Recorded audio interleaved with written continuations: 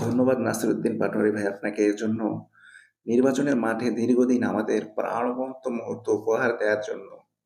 আপনি সত্যিকারের একজন যোদ্ধা। শূন্য থেকে উঠে এসে কিভাবে লড়াই করতে হয়, কিভাবে মানুষের আস্থা অর্জন করতে হয়, তা আপনি দেখিয়েছেন। সাধারণ মানুষ আপনাকে মনে রাখবে। মনে রাখবে সমস্ত বাংলাদেশের মানুষ আপনাকে।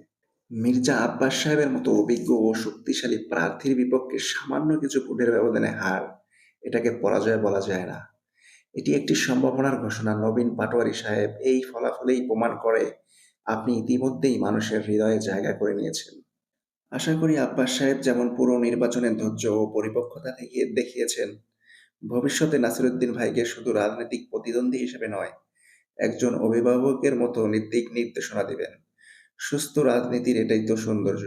আর পাটোয়ারি ভাইয়ের প্রতি অনুরোধ, আপনার রাজনৈতিক প্রজ্ঞা আরও পরিণত করুন। এত মানুষের সমর্থন পাওয়া মানে তারা আপনাকে আগলে নিয়েছে, বিশ্বাস করেছে।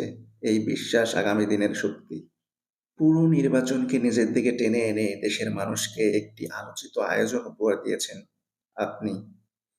এই লড়াই থেমে থাকার নয়, সামনে আরো বড় পথ, আরো বড় সম্ভাবনা রয়েছে। অভিনন্দন ও ভবিষ্যতের জন্য রইল আন্তরিক শুভকামনা।